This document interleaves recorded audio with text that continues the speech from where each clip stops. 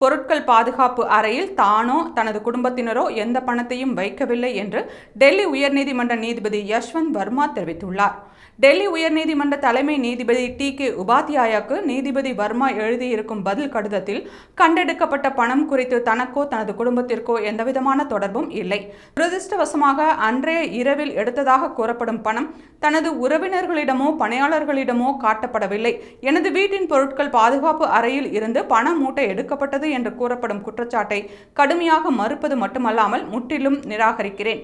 தீ விபத்து நடந்த அன்று நானும் எனது மனைவியும் மத்திய பிரதேசத்திற்கு சென்றிருந்த நிலையில் எனது மகளும் வயதான தாயாரும் மட்டுமே வீட்டில் இருந்தனர். பொருட்கள் பாதுகாப்பு அறையில் தானோ தனது குடும்பத்தினரோ எந்த பணத்தையும் வைக்கவில்லை என்று உறுதியாக கூறியுள்ளார்.